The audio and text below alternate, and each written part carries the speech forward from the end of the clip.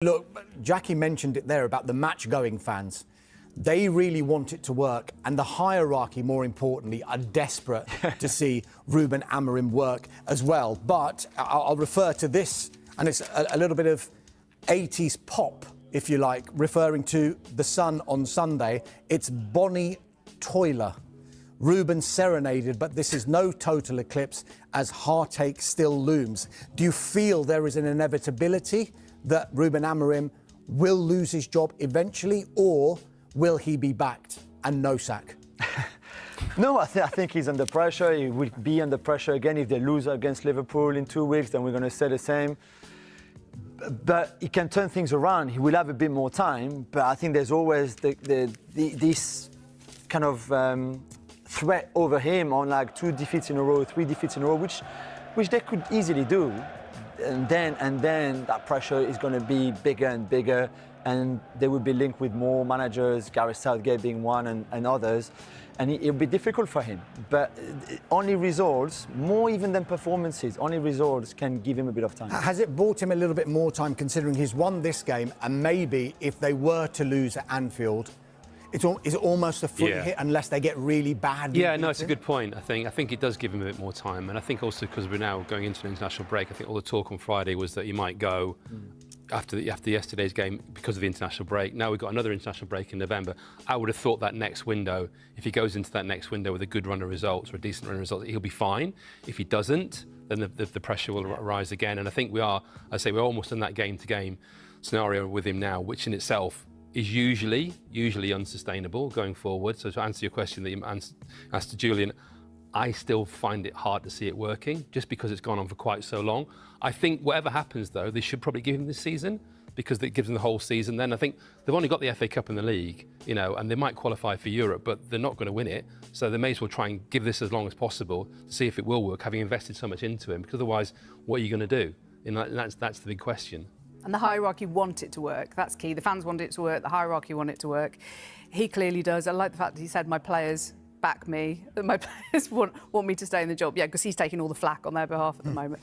But, yeah, I mean, it's in everybody's interest for them to try and build on this. But there were the odd tactical tweak yesterday that made things look a bit more positive with the attacking players coming together. Needs a little bit of time to get Burmo a bit more involved with Šeško. He looks so much better as a result of that. But it's got to happen quickly. And I slightly disagree about the results at Anfield because obviously Liverpool need to win that game too. And I think if it was a narrow defeat and if it was a really, really strong Manchester United performance, I don't think that's the end of the world. But yeah, a win would do wonders. I think the hierarchy have to back him because the scrutiny will be on them as well, because they've spent a huge amount of money and it will be an very expensive sacking, having given Erik ten Hag a new contract.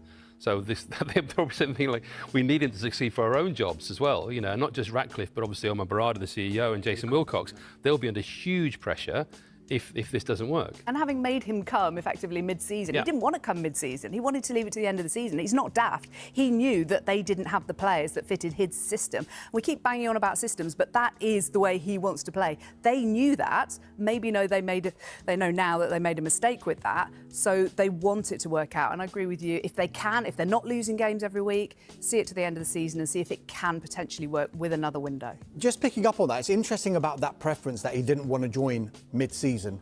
Would they have been in a better or a worse position had he joined at the end of last season? Because if joining mid-season, he's seen all the problems and almost had a free hit at it for the rest of that season, hasn't he? I think he meant more to implement his own ideas and that system. Yeah, the pre-season would have been good. He could have gone into the transfer window if he had come in June to sign the right players, to fit the right system, to arrive in November. And I think in his first 30 days, they played 10 games because they were in the Europa League, obviously, at the time. And it was very difficult for him to do any work. I remember being at Old Trafford, and during the warm-up before a game, they were doing drills, like defensive drills, that they didn't have time to do during the week. So this was how bad things were in terms of we have no time here to do anything. That's why I think he wanted to come later, and rightly so, to be fair. But then Manchester United train come once, and if you don't take it, then he might not come again. That's why he felt, okay, I'm going to come now. But yeah, it was not ideal for sure. Yeah, you say it only comes once. Let's see if he's going to remain in that job. Manchester United have just made a huge decision that is set to reshape the future of the club. After weeks of mounting speculation and pressure, the Red Devils have officially taken action regarding the head coach position. Main news: Manchester United have officially confirmed the dismissal of Ruben Amorim as head coach following a disappointing run of results that left the club in a difficult position both domestically and in Europe. The decision comes after growing internal concerns about the team's lack of progress under his management. The board's decision to part ways with Amorim was reportedly made after a series of crisis meetings in the past week, with senior figures concluding that a change in leadership was essential to rescue the season. The announcement marks the end of Amorim's short tenure at Old Trafford. Supporters had grown increasingly frustrated with the inconsistent performances, as United struggled to find balance on the pitch despite heavy investment in the squad over the summer. Pressure mounted after a string of poor results against top rivals. Club executives believe that a swift managerial change is the only way to restore confidence among players and fans, while also ensuring that United remain competitive in the Premier League and Champions League campaigns. In a move that has already sent shockwaves across European football, Manchester United are now making firm plans to appoint Zinedine Zidane as their next head coach. Talks have been progressing smoothly, with optimism growing that an agreement could be reached soon.